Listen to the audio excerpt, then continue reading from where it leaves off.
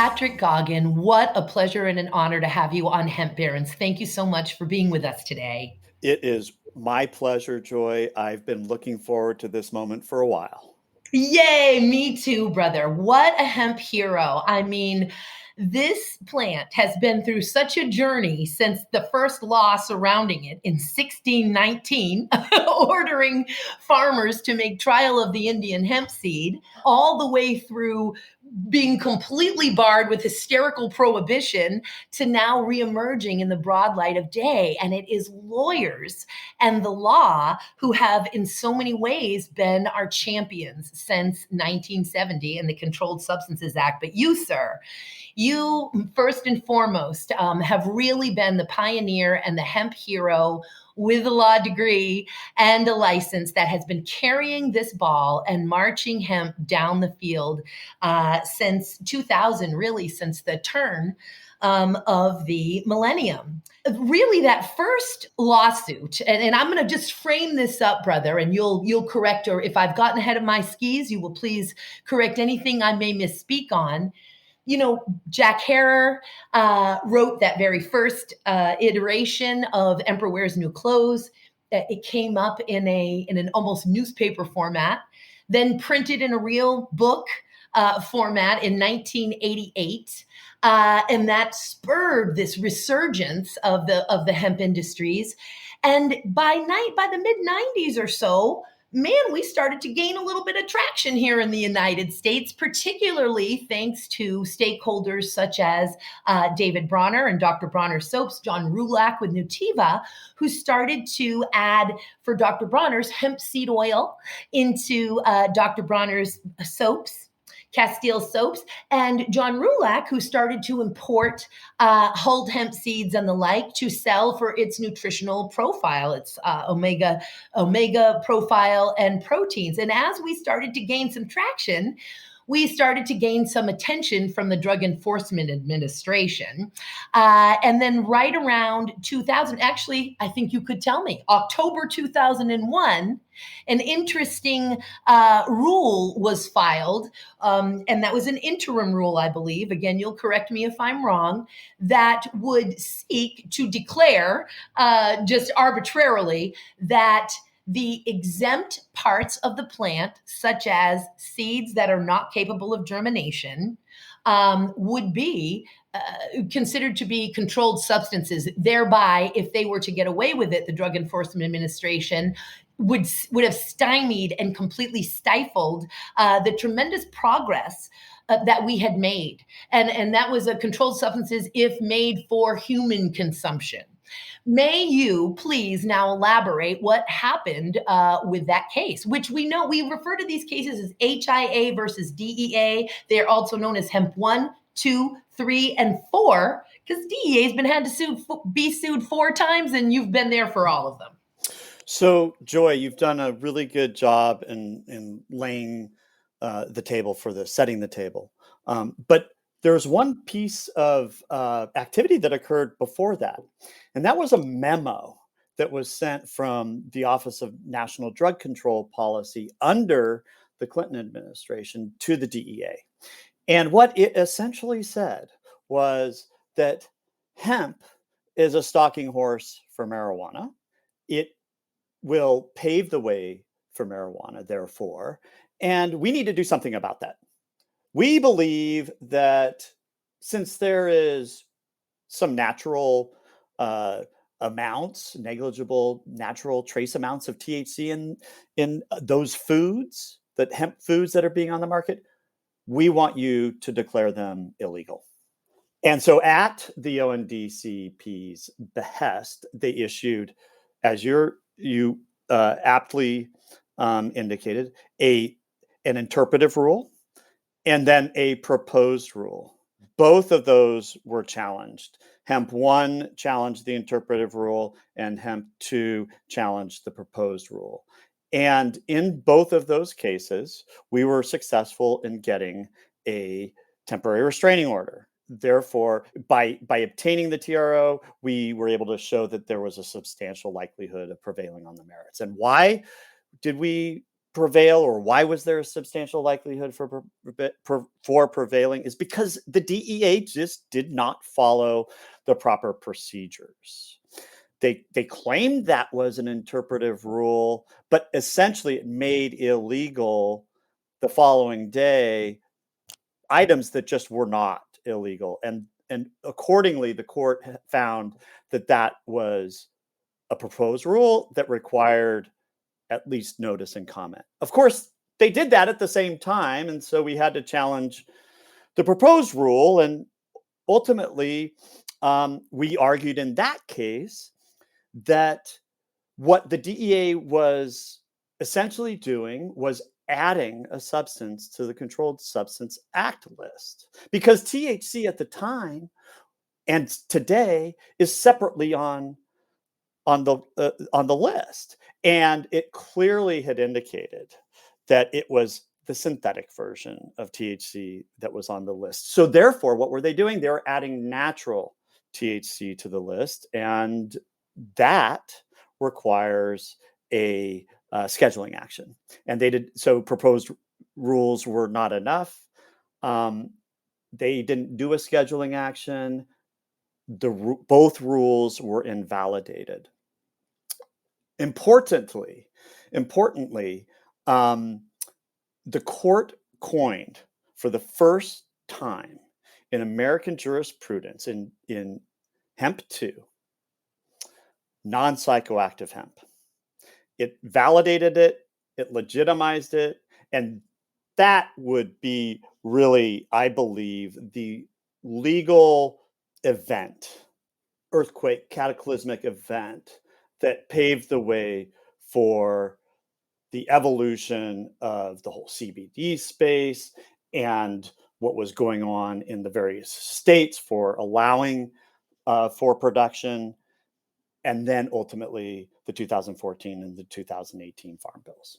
Oh man, indeed. And that hemp 1 and hemp 2 took from 2001 to 2004. So thank you 10 million times over for that. And it's true. And I love basically the quote from that order, the Ninth Circuit order, which is Congress was aware of the presence of trace amounts of psychoactive agents, later identified as THC, in the resin of non-psychoactive hemp when it passed the 1937 Marijuana Tax Act and when it adopted the Tax Act marijuana definition in the Controlled Substances Act. As a result, I'm continuing to quote the court's order here in Hemp 2. As a result, when Congress excluded from the definition of marijuana the mature stalks of such plant, fiber, oil, or cake made from the seeds, it also made an exception to the exception and included resin extracted from the accepted parts of the plant in the definition of marijuana, despite the stalks and seeds exception. Now, that was probably a little too much for our listeners, but indeed, that non-psychoactive hemp was for sure the legal event, and maybe also a little bit about naturally occurring. Can you talk to us about that?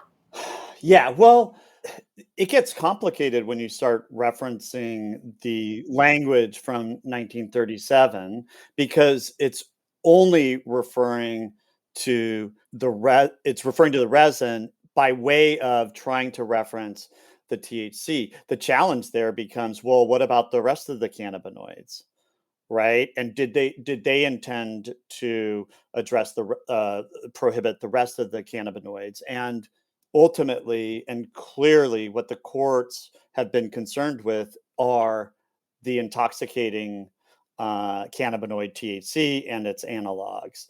But in terms of natural THC, what the courts were saying is that, any negligible trace amounts of THC or resin that just so happen to get onto the products by virtue of the cleaning process and the agronomy and the processing and so forth, then that's negligible. That was anticipated and it's allowed. It's the source. Ultimately, it's the source rule. Does that part of the plant come from a marijuana plant, or does it come from a hemp plant? That was ultimately pegged at less than 0.3% for again, randomly, not based in science purposes. But there you have it. We now have hemp defined, at least right now in the United States, as less than 0.3%. That's hemp. Anything above it right now is cannabis or marijuana. I'll just refer to it as marijuana in this case because it's confusing when we start referring to marijuana as cannabis, even though it's all cannabis. But yeah, that's where we're at, and we can move on to the next question. Yeah, no, it's fascinating. So, despite winning twice, as I like to say, against the DEA or the Clinton administration, as it were, despite that, and despite getting those orders, we still have, and just to explain a little bit of a tiny story here to share with the listeners. So, bear in mind, 2014 Farm Bill rolls along. Patrick has won this case for the stakeholders and the industry 10 years before got the order. Bump it up 10 years. 2014 Farm Bill passes.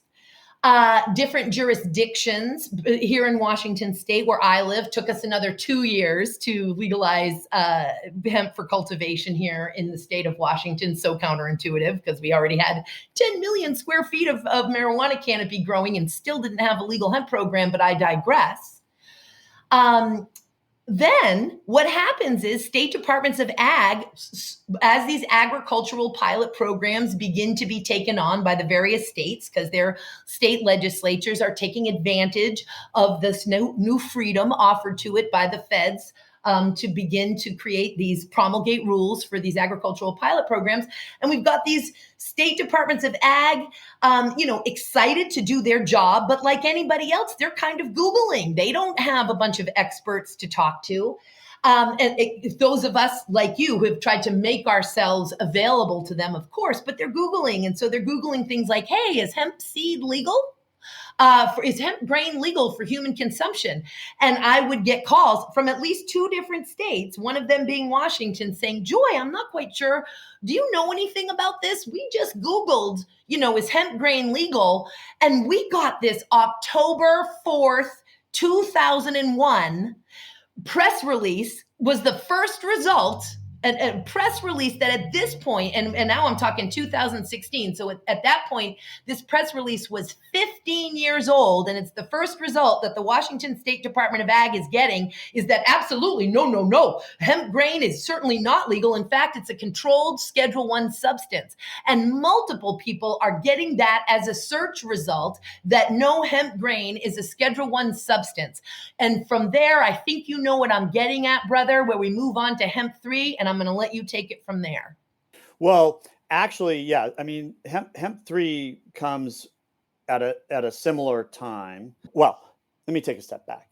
In December, I believe, 2016, the DEA issues a new rule that had supposedly been proposed.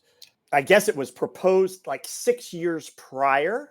September 2011 is when it had been proposed. It sat there for 5 years. So it sat there for 5 years. And then magically, December 2016, they decide to issue the rule based on notice that was provided 6 years before.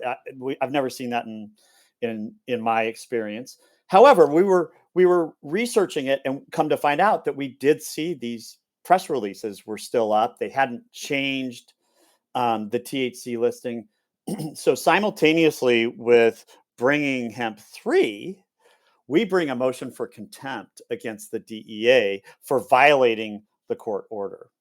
And that wound up resulting in a settlement agreement whereby the DEA was required to issue a letter that we helped to fashion that properly provided guidance to agencies, federal agencies, as well as states on just what is the reality around hemp and to stop that misinformation. What was also happening was that Customs was being directed by DEA to test any hemp material coming in from from overseas, and if it tested positive for the presence of any quantity of THC, it was to be seized. And that was a violation of the order. And we got that retracted and changed to, well, we got some somewhat vague language, but that wasn't the only basis upon which materials could be seized. So that was big. And there are a couple of before we move on to hemp 3, there are just a couple of things that I want to say about 1 and 2. Number 1, we got our attorney's fees paid for by the DEA. That does not happen. I've been advised by a lot of APA, the Administrative Procedures Act attorneys that are that's really at the heart of a lot of these challenges, and that the DEA just doesn't lose, and that our series of victories is historic, and I think that's pretty cool and something for us to hang our hats on. Most definitely, brother, most definitely. And I just wanted to quickly interject here that rule that you're discussing, of course, was the marijuana extract rule. Yes. And it was, and it basically came out, of course, about 4 months after the, what did we call, I can't believe I'm so glad that it's dead and gone. It was the DEA in August of 2016 presumably, or they motioned or positioned that they had done this in conjunction with the FDA and the USDA, but basically their thoughts and their interpretation of the 2014 Farm Bill, at which point the DEA had decided they were just going to pat the US Congress legislature on its head and say, gee, we know what you think you meant when you made this historical definition for industrial hemp in the 2014 Farm Bill, but what you really meant was this definition. And as I often say, by the way, under the 2014 Farm Bill, the definition of industrial hemp, which was the first time ever, of course, that we created that definition and thereby distinguishing it from other forms of cannabis for the first time in U.S. history. And it was super simple, right? It was any part of the plant cannabis sativa L and any part of such plant, whether growing or not, that does not contain greater than 0.3% delta-9 tetrahydrocannabinol on a dry weight basis. So you could take that hemp plant and hand it to a 4-year-old and say, hey, 4-year-old, you can play with any part of this plant. What part can't you play with? And the 4-year-old would say, I can play with it all. You just told me I can play with any part. And we would say, you are completely right, 4-year-old. Here, DEA agent, you can play with any part of this plant. What part can't you play with? And the DEA agent would say, well, the flowering tops and the leaves and the resin, of course. And you'd sit there and go, wait a second. It's plain as day. The 4-year-old gets the definition, but you don't. So not only did their statement on the implementation, on their interpretation of the 2014 Farm Bill contradict and contrast legislative intent, which was surely to liberate any part of the hemp plant. But then in this December of 2016, they dig up, as you say, this dormant 5-year proposed rule to define marijuana extract, and they completely ignore the fact that there exists this historical new definition for industrial hemp. And so they basically say marijuana extract means basically any cannabinoid. We don't care if it comes from a cannabis plant that has not greater than 0.3% THC, or it has more than 0.3% THC. We don't care. If it's coming from the resin, it's a marijuana extract. And so that, of course, is what brought hemp 3. And it sounds to me like during hemp 3 is when you discovered, geez, we got it. And I loved, by the way, what it was titled, that contempt. As you probably well aware, all these years later, when you realize you've got to beat the DEA up again because they've still got that press release up, it was, what was it called? It was Motion for Order to Show Cause as to why the Drug Enforcement Administration should not be held in contempt for violating this court's prior order. Exactly. And then ultimately, so we got that resolved. That was significant, because how often do you get the DEA, direct the DEA to issue clarifying letters to their sister agencies? And they had to pull down that press release, right? You got them to pull down and they pulled down the press release. But in hemp 3, it was a split decision in that case. The court found that the petitioners did not have proper standing because they themselves didn't comment on the original version of the rule, and that's very nuanced, and we felt like we had some pretty strong arguments in our favor, and we would have probably appealed. However, inside of that decision, they addressed the changing circumstances of the passage of the Farm Bill. And what they said was that Congress already decided this, and they have said and indicated that if a material is produced lawfully under the Farm Bill, then that is not marijuana. It's an exception, and therefore it is not covered by this rule. So in a sense, it was a victory, but a lot of folks see it as like, oh, well, it was denied. And I'm like, well, you just got to read the whole thing. That page 4, I got a big old highlighted circle on that page 4 of that memorandum, brother. And, and as you may remember, I was there for those oral arguments. I mean, it was fascinating to me. And you did just such an outstanding job. The legal team did just such an outstanding job with all of the briefing, with those oral arguments. And you could tell that there was a little bit of just some punting. I have a lot of faith in the Ninth Circuit. Clearly, they've been kind to the industry before, but there was some complexity there. But the reality is, exactly as you say, basically the memorandum said, hey, you know what? You're right. Under the 4 corners of the Farm Bill, this extract stuff is actually legal. And that part was so missed. And can we talk before we move on a little bit about an incredible thing that occurred? And that is the amicus brief that was filed on behalf of plaintiffs by Congress. Anything you want to talk about that? Which, by the way, we can say all day and all night, listeners, to the court, listen, this was the congressional intent. We know this was the congressional intent, but until they hear it from Congress themselves, all they've got is our word for it. So with that, Patrick, anything you want to say about that? Yeah, they called out the DEA. They said the DEA was rewriting their legislation.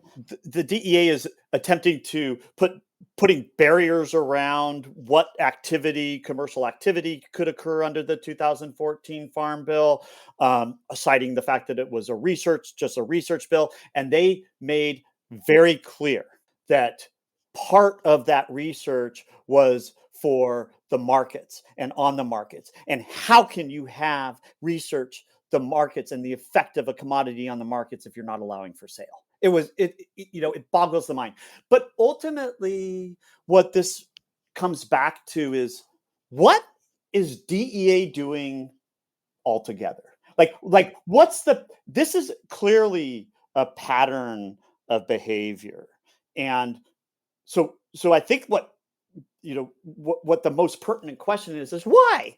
Why is the DEA so focused on spending so much resources on delegitimizing something that's been legitimized by Congress, both in 1937 and in 1970, and again in 2014 and 2016? I mean, it's been or 2018, it's been constant. And what it is, and what we're pretty darn sure it is all about, is budget relevancy.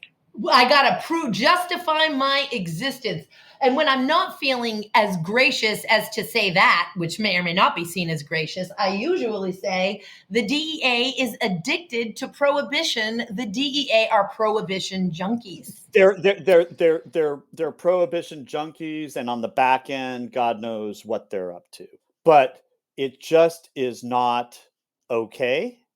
And I myself feel pretty good about being part of the effort to stand up and tell the DEA to go take a hike. And we've been successful at it. But this, I mean, I am part of the tip of the spear, and I represent thousands of people, or actually, I feel like I represent the planet on this mission. You do. You absolutely do. You certainly represent the emerging hemp industries and the planet. But there were important figures that were by my side and helping to lead the way. Joe Sandler, Donnie Wirtschafter, David Frankel, David Bronner, Steve Levine, Eric Steenstra. I mean, all of these people, Joe Hickey, John Rulak, as you mentioned before. I mean, these Ruth Shemai. Ruth, I love Ruth. Me too. She is the best, continuing to have her heels dug in Canada, doing the good work. I mean, like, I just want to, like, Bob Hoban, Garrett Graff, all of these people. These are all my brethren, my sisters, my colleagues, and I'm just a part of that team. I just want to, there's a lot of ego in the cannabis space in general, and I have learned to have an ego, but to have a balanced ego, and we all really need to practice recognition of others and their hard work. You are telling me. In fact, I literally just am trained to repel, and people, it's amazing. And I appreciate the well-intended thought of wanting to uplift and say, it's because of Joy. And I just cringe. And it's because of an army of activists, not because of Joy. Are you kidding me? It's an army of lawyers, and absolutely. Amen, brother. And with that, let's bring it up to, and there are some sub issues that I want to discuss, but let's talk about the current case. And as we know, the Farm Bill, the 2018 Farm Bill, had various hemp provisions. They take up somewhere around approximately 30 pages of the Farm Bill, which I think was somewhere around 840 pages in its final version. In that 840 or so pages, the Drug Enforcement Administration, the DEA, wasn't mentioned a single time. Nary a time it wasn't mentioned once. No, it was mentioned once, and that was that they don't have jurisdiction. I'm sorry. Exactly. Literally, that's the punchline. Thank you, brother. The one time it was mentioned, it was like, you don't have a place here. Yet the USDA interim final rule, that first iteration of it, mentioned them 42 times. And you're sitting there going, wow, they were only mentioned that once in a negative vacuum way, but you're mentioning them 42 times. So please bring us up to what hath occurred with the most current suit, which is Hemp 4 against the DEA. Well, I mean, and that the reason why the DEA is mentioned 42 times in that initial IFR is because the heat the DEA is bringing behind the scenes. The USDA has no reason to be bringing them up if they're not breathing down their necks. Last August of 2020, well, we were all really just mired in the pandemic and really just dealing with the black swan event of our lifetime and perhaps the next lifetime. The DEA was back at it, issuing an interpretive rule that says, I would call it the in process hemp rule and synthetic rule.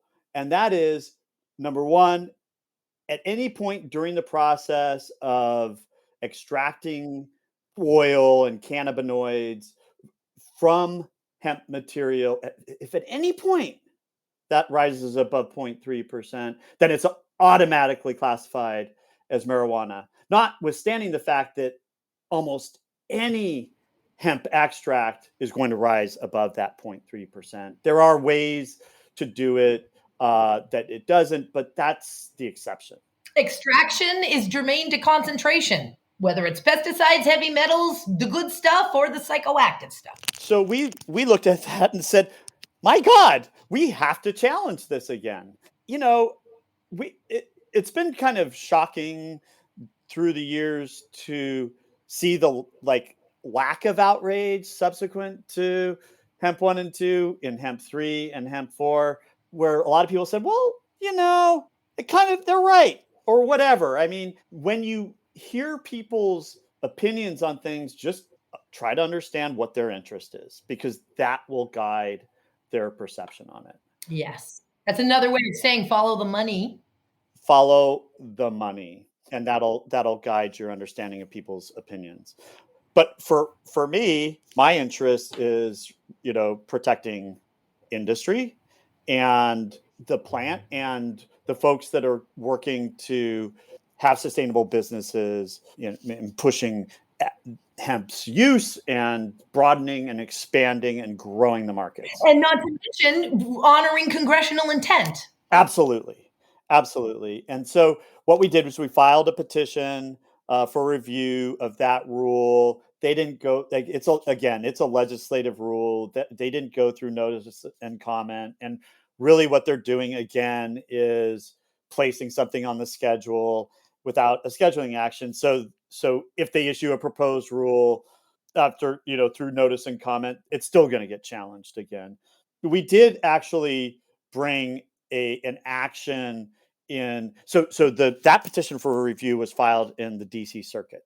We also brought an action in the DC district court in an attempt to strategically ferret the DEA out. We got some good counter arguments from them that we'll be using in our briefing to the court right now. And just so that our listeners know, because they sound so familiar and you didn't use the word appeals. So one was in DC District Court and one was in the DC Circuit Court of Appeals.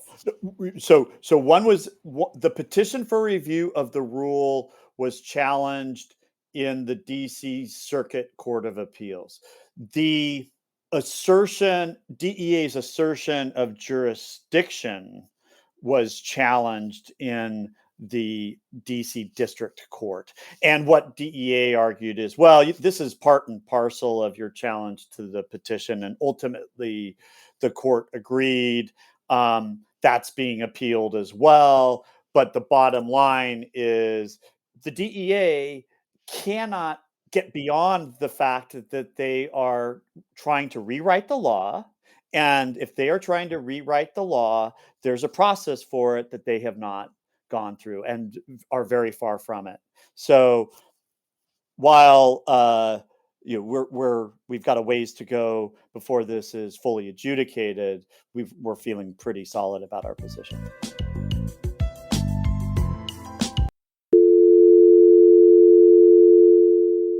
This is the sound cannabis companies hear when they try to place an ad on Facebook, Twitter, or Google. The tech overlords' arbitrary discrimination against our industry is unfair. But until they change their restraint of trade policies, we need an alternative way to share our message with our customers. Cannabis podcasts are one of the last advertising platforms not controlled by tech monopolies. And for as low as $9.99 a week, cannabis companies have the freedom to play their uncensored commercials to customers around the world. Don't let tech bosses dictate how you run your business. Go to PodConX.com. That's PodConX.com. And for just $9.99 per week, you can go from this to this.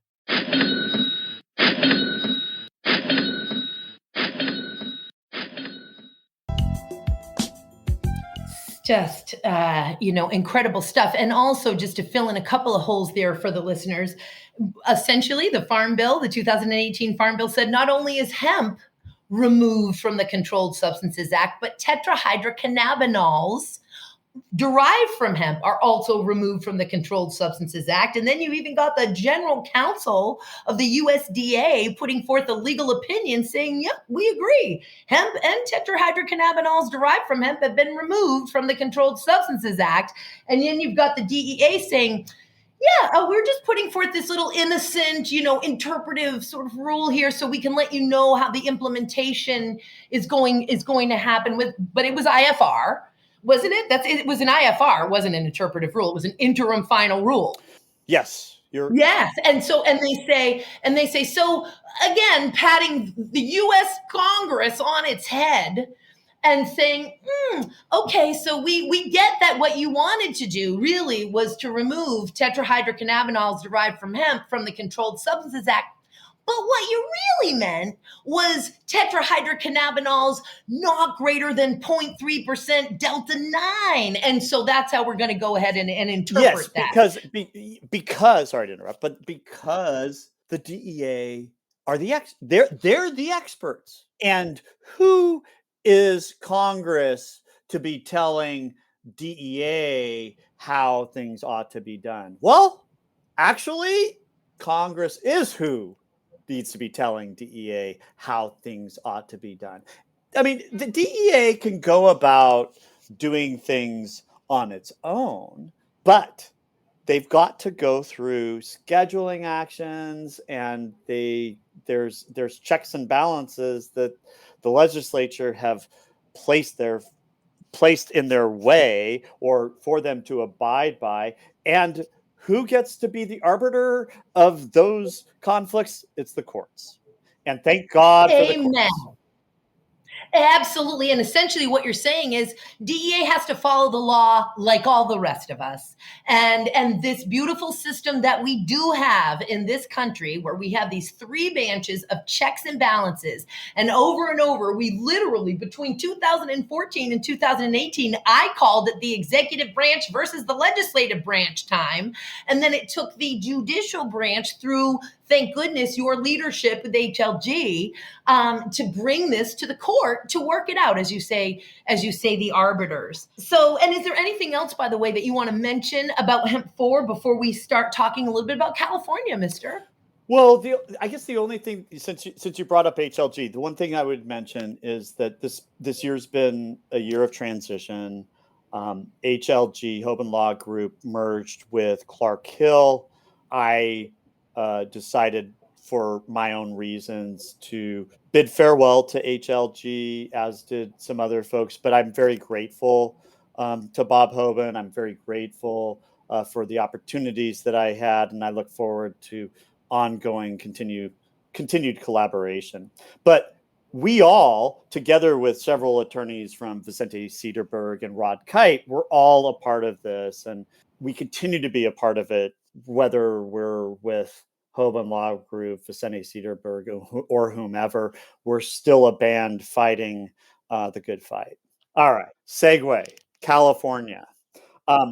So a little bit of background on that front is I grew up in a political family. My father was a state assemblyman in California from 74 to 84. So while I didn't grow up knowing a lot about the legislative process, I guess I learned it through osmosis, for better or worse, or that's the way I would characterize it. But I got the bug. I got the bug somehow that like I could actually have influence, make an impact on things. That, again, for better or for worse. And I still don't know quite how much influence and impact I've been able to have, but I think we've seen a lot of change, and that's been a good thing. But after Hemp 1 and Hemp 2, Vote Hemp was working on the reintroduction of the Hemp Farming Act in California, as was being authored by then Assemblymember Mark Leno. And we went through 8 years, 3 vetoes, to finally getting to a signature. But that signature was on a piece of legislation that was, quite frankly, in large respects, gobbledygook, because it was needing to deal with the federal prohibition, leaving it to federal action for it to get going, and to deal with like a lot of the law enforcement lobby in the state and their influence on those 3 vetoes. And so it needed a lot of cleanup. It got a little bit of cleanup in Prop 64 in 2016, but we ran another piece of legislation, I think it was in 2017, that was further cleaning things up. We found a really good lobbying group. I worked closely with Will Clyden at Ojai Energetics. Eric Steenstra was a part of this. We brought in other folks, and we ultimately, after running this bill and getting it signed into law, we decided that we were going to start we needed to start something to create presence in Sacramento beyond the individuals. So we formed something called the California Hemp Council, which is, it's industry funded from, state companies. Just, what our future looks like is, who exactly knows, but we had a good run here over the past several years in starting to shift our attention from production to manufacturing. And in July of 2018, the CDPH, our Department of Public Health, decided that it was going to issue an FAQ that parroted the FDA's prohibition, adulterant status of CBD in foods and dietary supplements. It didn't name cosmetics, mind you. But based on that, and we clearly disagreed with their position. Well, and they went so far as to say that really the only lawful place for the distribution of those products are in licensed marijuana dispensaries. That was the other piece to that. Am I right? Or if you want to go get Epidiolex. Yes, or an approved drug form. Yes, exactly. So we said, okay, well, if the FDA is not going to regulate it, and if CDPH is taking this position, that we need to mandate it. And the way we mandate it is through legislation. So we started that process in 2000 and in the 2019 legislative session, and we were rolling, baby. We were rolling through the committees without a vote against us, and then lo and behold, at the end of the session, we went out and we formed a strong coalition, including marijuana industry, the CCIA, the California Cannabis Industries Association, Caliva, a number of cannabis interests, marijuana interests, were on board and aligned with this, because part of what we were also trying to achieve was not only the legitimization and the regulation of hemp manufacturing, we wanted to create a pathway for hemp products into marijuana retail and as an ingredient input into the marijuana manufacturing space. So what happened at the end of that session? Well, Southern California cannabis retailers and manufacturers, and some manufacturers or Humboldt Growers Alliance, like, they came out feeling threatened, opposed the bill, basically acting as though they had some sanctified place where nobody could compete with them on anything to do with cannabinoids. And that, frankly, is an unacceptable position. Hemp is an agricultural commodity. It is not prohibited by the federal government like marijuana is. It is distinct and different.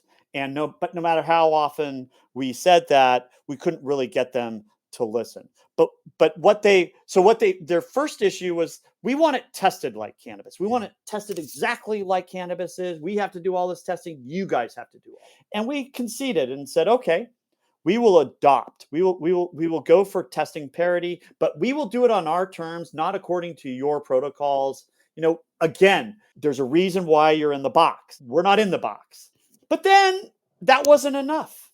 Next turn to their attention to was capping THC amounts in products. And what they wanted it to be capped at was less than 1/10 of a milligram of THC. And we fought that. But and they would use this example of, well, if you allow it at 0.3% and it goes into beverage products, then you're looking at a liter of water having 125 milligrams potentially of THC or whatever, some crazy astronomical stuff. And we just couldn't get them to say, well, that's not going to happen. And even if it does, you're going to have the CBD counteracting the THC and all this different stuff. But what we ultimately, like this process is the legislative process is about finding common ground. How can we strike compromises and accept those compromises for the good of progress? And so what we did was we posited, and ultimately it became part of the legislation, that final form hemp extract input needs to be less than 0.3% THC. And while that may not be a very elegant solution and not be liked by the industry, it was something that was a lot better than this 1/10 of a milligram THC cap, and something that we thought the industry could live with. Well, now they're going to have to. I mean, in a sense, with legislation, back in the day, California technology forced catalytic converters. I mean, legislation forces the development of technology, of activities to be better. And so therefore the legislation is requiring that companies get better at refining and limiting the THC. But last year we faced, again, steamrolling through the committees, we faced late opposition coming from the hemp farming side. And it was because the administration put at the 11th hour a smokable hemp product ban into the legislation. And while we obviously that wasn't something that we agreed with, but the way it was drafted, it was really kind of ambiguous, vague, and we were not going to die on the vine and let this thing fail because of a perceived prohibition that we didn't think existed, but at the same time that we were committed to continue to work on. At the end of the day, it didn't get passed. And in fact, it was actually inter-house squabbles that were occurring that stopped the passage. So fast forward to this year, everybody, the administration, Aguiar Curry, the author, all of the coalition was committed to getting it done.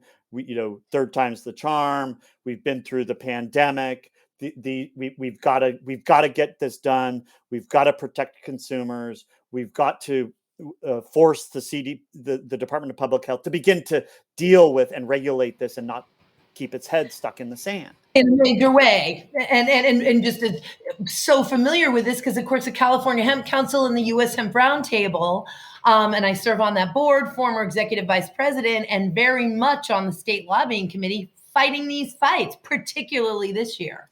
So, but at the end of the day, the cannabis manufacturers were like, they got the union opposed and active, and then I think the American Cancer Association came out and opposed. So we were, and the hemp farmers were all up in arms, even though the smoking prohibition was removed. It was changed to an inhalable product. So does that include flower? I'm not so sure. It seems that it's open to interpretation, but that those products will be allowed when there's a tax adopted, and that there is a commitment next year to carry legislation that will apply a tax, and that actually is a positive, because it there will be some reasonable tax on smoking products that will hopefully help to alleviate some of the tax burden on the marijuana side, which has really been challenging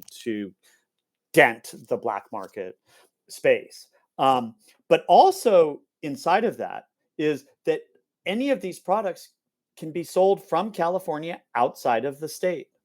So a lot of the perceived concerns with the legislation are really nothing more than overblown smoke.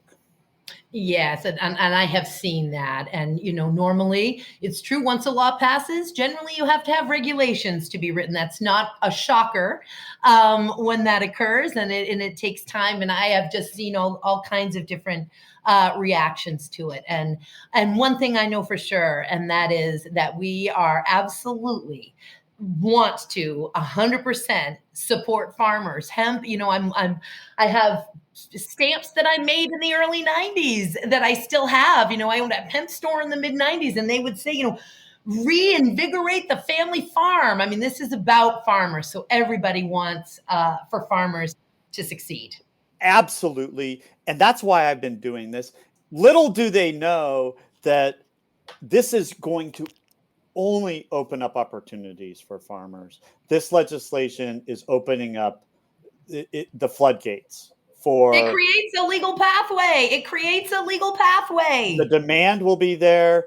They may not be getting ridiculous profits, but they're going to get sustainable profits. And just to put, a final point on it, the legislation was signed by the governor on, I think it was October 8th. It has urgency status. It goes into immediate effect. CBD hemp products are no longer an adulterant in the state of California. And companies have 90 days to get compliant. And meanwhile, CDPH has 90 days to get some emergency rules issued so that folks can comply and know how to be compliant. But the legislation itself does a good job of laying out a lot of the requirements, including the labeling. And that's really an important piece to anybody that is interested in benefiting, any companies benefiting from this. Make sure you do your labeling, and make sure if you're a manufacturer that you're looking at the regs, you're getting licensed, registered and licensed under the Sherman Act, and you are becoming an authorized industrial hemp manufacturer. But at the moment, the pathway is being created. Absolutely. And for those who don't know, the Sherman Act is basically California's state version of the Food, Drug, and Cosmetic Act. I think that's the most simplified terms that I can explain it. That's exactly how I would say it. But what's interesting about it is that our Department of Public Health under the Sherman Act is really an extension of the FDA. So what have we just done? We have just compelled an extension of the FDA to regulate CBD. How that ultimately kicks the FDA in its ass to get its regulations going and adopted remains to be seen. Yep. No, it's true. And we shall see. Now, as we come to a close here, this is really a great segue. And of course, you and I, we're oilseed and fiber people. And now, because it hit us like a ton of bricks and kind of blindsided most of us 6 to 8 years ago, yes, it's true. We're also hemp extract people. But the trillion-dollar industries, the sustainable income for farmers, the sustainability and regeneration for the planet, it's in the trillion-dollar industries of this plant, and that's oilseed and fiber. So and the herd and the insides of the. It's true. It's so interesting. When I say fiber, I mean bast and herd, but you're 100% right, brother. There is that distinction being made. So the fiber, the bast or the bark on the outside, and then of course that woody core, which I still refer to as fiber. But I am so glad you mentioned that. And again, that's where the economic and environmental sustainability is going to come. And that's where the trillions of dollars are going to come. Certainly, hemp extract is a multi-billion-dollar industry, but we're talking about trillions. And hemp extract often, and CBD often takes up all the air in the room, et cetera, as it has done in this podcast in so many ways. But let's talk about, and I also want to say here that, obviously there was a massive overproduction. Julie Lerner, who I adore from Pan Exchange, she wrote this great op-ed a while back for Hemp Industry Daily that said, hope is not a strategy, so stop tolling. It takes a little bit of hemp to make a whole lot of distillate. So when I see new farmers coming in, or existing farmers who, instead of wanting to do, say, variety trials as they wait for infrastructure on fiber and grain, they're believing that they're going to make so much money on hemp extract varieties. I often say, do not pass go, do not collect $200, and please do not get into hemp extract farming if you have no experience and no contract. It's constantly saying to folks, maybe this is the year of stand down, and next year too, 2022, because as we know, in order to deliver on the dream and the promise of hemp, We need infrastructure to process the longest, strongest stalk in the world and that incredibly nutrient dense seed within, let's say, 50 to 100 square miles of every biomass feedstock. We don't have that. So I'm trying to encourage farmers to stand down, do some variety trials on grain and fiber types so that we can see in your climate, in your soil, in your photo period, what grows. Because when infrastructure comes to a town near you, you'll know. So let's talk about how can we incentivize, particularly California, the fourth or fifth, I think it fluctuates, largest economy in the world, to grow oilseed and fiber varieties. How do we get that done? Well, look, I mean, I think there are a number of potential avenues for that. I mean, one interesting piece is to make it very clear that hemp can avail the production of hemp avails carbon credits. If we can get carbon credits applied to it, then that's an incentive. If we can create tax incentives for companies to be doing R&D, to be looking at energy production, to be looking at literal infrastructure use of hemp in road making, other infrastructure capabilities. I know that there's work already being done on the nano the side that's working to replace graphene and graphite. But it's so often in California we're hearing about like Tesla just left, and companies leaving because the cost of doing business here is so high. Well, California simultaneously has this the Climate Act, and it's always led environmentally. So what if we were to create these tax incentives for major businesses to get the R&D done and to start investing into that capital, creating the infrastructure for truly addressing the issues. Look, the federal government is doing very little to effectively combat climate change it's working to overcome the past 4 years of serious ostrich acting head in the sand. But the U.S., in the past has led the way. California leading the U.S. in pushing the planet. But California, like I mentioned earlier, we forced the catalytic converter. Why can't we force? And it doesn't need to just be hemp. It can be all of the plant-based resources going into the global climate solutions. What are we doing? And this may be getting outside of hemp in part. What are we doing to sequester the carbon? Does hemp play a role in that? Yeah, it does. It's pulling it out as it's growing. So and locking it in. And let's not get started on hempcrete and carbon sequestration because of the lime. Oh my God. But bottom line, I think there's plenty of opportunity for tax incentives, tax breaks, technology forcing, work to be done in Sacramento. And we're gonna, like I often say, is the sleeves are rolled up, they're gonna stay.